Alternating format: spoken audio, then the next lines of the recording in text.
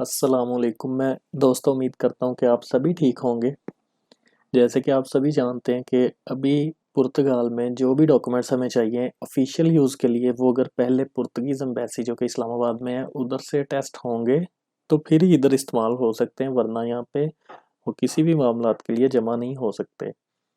तो इस वीडियो में मैं आपको डिटेल से बताऊंगा कि हम डॉक्यूमेंट्स पुर्तगीज़ एम्बेसी जो कि इस्लामाबाद में है वहाँ से कैसे लीगलाइज करवा सकते हैं, कैसे टेस्ट करवा सकते हैं। सबसे पहले तो आपने ये करना है, सभी डॉक्यूमेंट्स रेडी कर लेने हैं।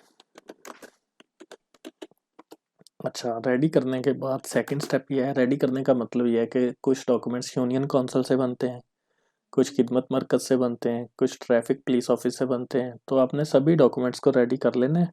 सेकंड पे आपने करना है मोफा से टेस्ट। अच्छा, मोफा क्या है? मिनिस्ट्री ऑफ फॉरेन अफेयर से टेस्ट होंगे। उन्हीं डॉक्यूमेंट्स को जो है एम्बेसी टेस्ट करेगी फर्दर। आपने सबसे पहले ये करना है कि मिनिस्ट्री ऑफ फॉरेन अफेयर का जो करीबी दफ्तर है आपके पास, जैसे लाहौर में है, इस्लामाबाद में है, कराची में है, आपने उधर से मिनिस्ट्री ऑफ फॉरेन अफेयर से टेस्ट करवाने के बाद थर्ड स्टेप जो है, आपने उनकी फ़ोटोज़ ले लेनी है। ठीक है, उन फोटोज़ को लेके आपने भेजना है उनको एम्बेसी को। आपने ईमेल करनी है एम्बेसी को। ठीक है, ईमेल में आपने बताना है कि आपके डॉक्यूमेंट्स रेडी हो चुके हैं और मिनिस्ट्री ऑफ फॉरेन अफेयर से अटेस्ट भी हो चुके हैं, तो अब आप प्लीज़ काइंडली डॉक्यूमेंट्स को लीगलाइज करते हैं। तो उसके लिए सबसे पहली बात तो ईमेल कौन सी होगी, तो मैं आपको दिखाता हूँ। ये मैंने इधर कॉपी कर लिया। ठीक है, हम इसको थोड़ा सा बड़ा कर लेते हैं ताकि विजिबल हो जाए। hconsular.islamabad@mne.pt। ओके, इस पे आपने ईमेल भेजनी है। और ईमेल में भेजना क्या है वो भी मैं आपको बता देता हूँ। देखें, मैंने भी सेम ईमेल भेजी थी, अक्टूबर 23 को भेजी थी कि मेरे कुछ डॉक्यूमेंट्स हैं, इनको मुझे लीगलाइज करवाने हैं, मुझे टेस्ट करवाने हैं। तो साथ में मैंने उनकी पिक्स भी भेजी थी। तो उन्होंने मुझे 11 नवंबर का टाइम दिया था और मुझे ईमेल वापस आई थी अक्टूबर 25 को, मतलब विद इन 2 डेज़ आ गई थी। तो अभी जो ईमेल मैंने भेजी थी वही मैंने इधर कॉपी करके रखी है, क्योंकि उसमें डॉक्यूमेंट्स थे, मैं वो नहीं दिखा सकता था, तो मैंने इधर ले आया हूँ। ये देखें, वही स्टार्ट में जैसे हम कोई भी एप्लीकेशन स्टार्ट करते हैं कि एम्बेसी पुर्तगाल, उसके बाद के मुझे अपने कुछ डॉक्यूमेंट्स लीगलाइज करवाने हैं, टेस्ट करवाने हैं, मुझे अपॉइंटमेंट की डेट दी जाए। तो और ये भी लिखा है कि मैंने डॉक्यूमेंट्स अटैच कर दिए हैं साथ में इस ईमेल के साथ। और लिस्ट ऑफ डॉक्यूमेंट्स कौन कौन से हैं, जैसे मुझे चाहिए थे 4 डॉक्यूमेंट्स थे। तो मैंने लिखा है कि birth certificate, marriage, driving licence और ड्राइविंग लाइसेंस की एनओसी, पुलिस करेक्टर सर्टिफिकेट। नीचे ये चीज़ लिखना बहुत ज़रूरी है, एथराइज पर्सन कौन होगा जो पाकिस्तान में टेस्ट करवाएगा, क्योंकि कॉल भी जाएगी। समटाइम्स ये कॉल भी करते हैं कि आपने अपॉइंटमेंट ली है तो आप इस डेट को आके लीगलाइज करवा सकते हैं। समटाइम्स कॉल नहीं भी आती, जस्ट ईमेल पे रिप्लाई आ जाता है। उसका नाम, ये वही बात है, एथराइज पर्सन नेम, टेलीफोन नंबर। ये टेलीफोन नंबर वो है जो पाकिस्तान में जिस पर्सन ने करवाना है उसका। तो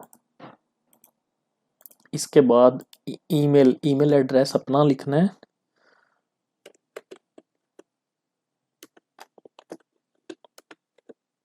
जैसे मैंने कि ये मिसाल के तौर पे लिख दिया कि जैसे कोई भी ईमेल एड्रेस आपने वो लिखना है कि अगर आपको वो अपॉइंटमेंट देते हैं तो वो रिप्लाई किस ईमेल पे करेंगे, वो सेम ईमेल पे रिप्लाई नहीं करेंगे बल्कि इस पे करेंगे।